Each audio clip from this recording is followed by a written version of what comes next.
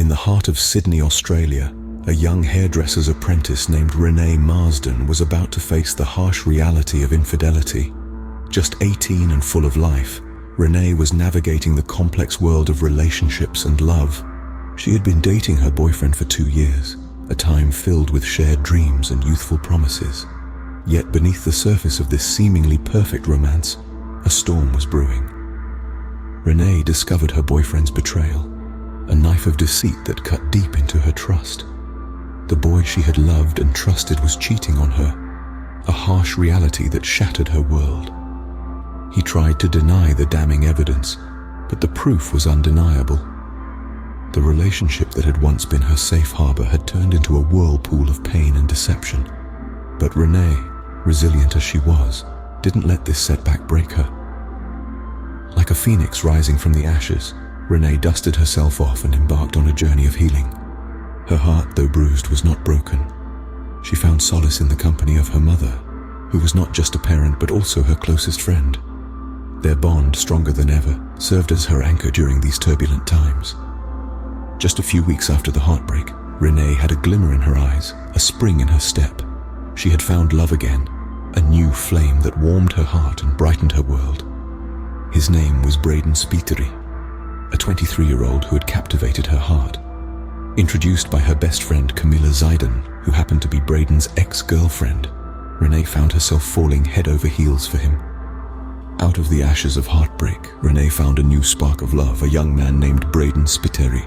In the digital age, love can blossom without ever meeting in person, and for Renae, this was the case with Braden.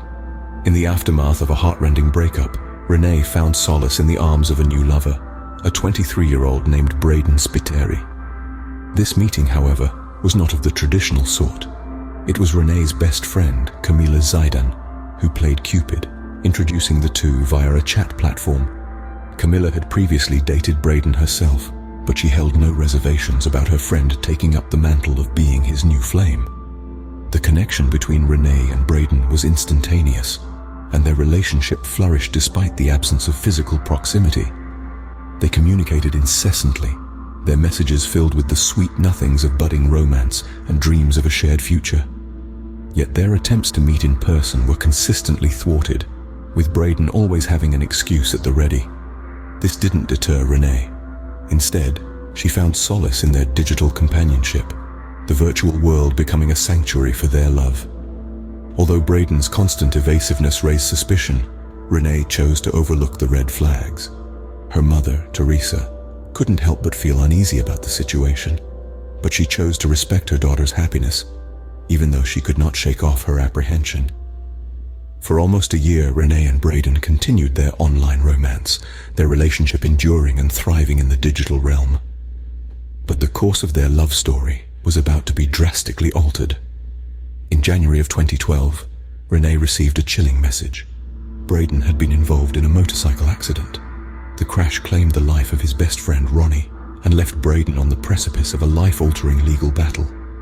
Their love story took a tragic turn when Braden was involved in a fatal motorcycle accident. As Braden faced the consequences of his reckless actions, Renae stood by him, proving their love was stronger than steel bars. The courtroom echoed with the judge's final decree.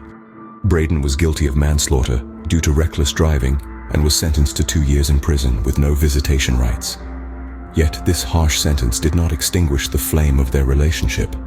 Instead, it seemed to fan it into a roaring fire. Braden, determined to keep their connection alive, managed to get a mobile phone smuggled into his cell.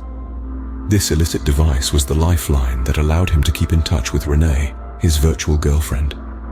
Renae, on the other side of the prison walls, clung to these electronic missives like a drowning woman to a life preserver. Their digital connection became the only solace in her otherwise gloomy reality. The prison sentence, far from being a barrier, seemed to fortify their bond, making it even stronger. In fact, their relationship became so entrenched during Braden's incarceration, they began making plans for a future together. Their shared dreams included a walk down the aisle, a life of wedded bliss after Braden's release. Renae, filled with hope and anticipation, began preparing for their future together. She got in touch with a photographer, even bought a beautiful tiara on eBay, a tangible symbol of her impending nuptials. Yet as she busied herself with these preparations, Renae was blissfully unaware of the storm clouds gathering on the horizon. She could not foresee the heartbreak that was about to shatter her world into a million pieces. Renae, filled with hope and anticipation, began preparing for their future together, unaware of the impending doom. Just when Renae was dreaming of a happily ever after, her world came crashing down. Life has a way of throwing curveballs at us, and for Renae, this came in the form of a heartbreaking message from Braden. The man she had loved, the man she had planned to spend her life with, was breaking up with her. It was 2 months before his release, 2 months before their planned wedding, and Braden decided to end their relationship. Renae was devastated. She had invested so much of herself into this relationship, into this man. She had dreamt of a future together, of a life filled with love and happiness, and now it was all gone. The pain of this reality was overwhelming, and it consumed her.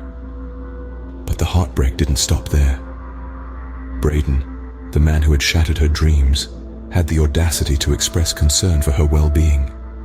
He sent a message to Teresa, Renae's mother, expressing his worry for Renae. He informed her that Renae was speaking of ending her own life. Imagine the sheer horror that Teresa must have felt. Her daughter, her friend, was in such a state of despair that she was contemplating ending her own life. And this information was coming from the man who had caused her such pain. It was a chilling revelation, a cruel twist of fate that no mother should ever have to face. The irony of it all was that Braden, the very source of her heartbreak, was the one sounding the alarm. His words were a chilling reminder of the emotional turmoil that Renae was going through. It was as if he was washing his hands of the situation, passing the responsibility onto Teresa. In the blink of an eye, Renae's dreams turned into nightmares. From planning a wedding to dealing with a devastating breakup, life had taken a tragic turn for Renae. The heartbreaking end of her relationship with Braden marked the beginning of a dark chapter in her life, a chapter filled with pain and despair. The story of Renae Marsden is a tragic tale of love and betrayal in the digital age. In the aftermath of her breakup with Braden, Renae's life took a tragic turn. She was found to have taken her own life, a heart-rending end to a tale that began with the promise of love. The impact of this loss was felt deeply by her family and friends, who were left to grapple with their grief and unanswered questions. Her mother, Teresa, who had been not just a parent, but a friend to Renae, was devastated. The bond they shared was irreplaceable, and the void left by Renae's passing was immense. The loss was also deeply felt by her siblings, who had lost their elder sister and role model. Renae's friends, especially Camilla, were left in shock and disbelief, struggling to understand how their vibrant, loving friend could be gone so suddenly. But the mystery didn't end with Renae's tragic passing. Questions began to swirl around the real identity of Braden Spiteri. The man who had been so central to Renae's life, who had shared intimate moments and future dreams with her, remained an enigma. Despite the extensive digital trail of their relationship, no one had ever met him in person. As investigators began to dig deeper, they found inconsistencies and discrepancies that cast doubt on Braden's very existence. The revelation that Braden Spiteri might not be real, that he might be a fabrication, a catfish, added another layer of tragedy to Renae's story. The love that had brought her so much joy, that had sustained her through difficult times, may have been based on a lie, a cruel manipulation. In the end, Renae Marsden's life serves as a stark reminder of the dangers lurking in the digital world. Her story is a heartbreaking testament to the damage that can be done when trust and love are exploited in the most callous of ways. It's a warning to us all to tread carefully in the digital landscape, where things may not always be as they seem. Renae Marsden's story is not just a tale of love and betrayal, but also a cautionary tale for the digital age. It's a stark reminder that while technology opens up new avenues for connection, it also poses unique dangers that we must navigate with caution. Renae's tale underscores the critical importance of verifying online identities. The anonymity of the digital world can be a breeding ground for deceit, as was tragically demonstrated in Renae's case. When engaging with people online, especially in intimate relationships, It's crucial to take steps to confirm that the person behind the screen is who they claim to be. Use video calls, cross-check information, and trust your instincts when something feels off. The story also highlights the potential hazards of online relationships.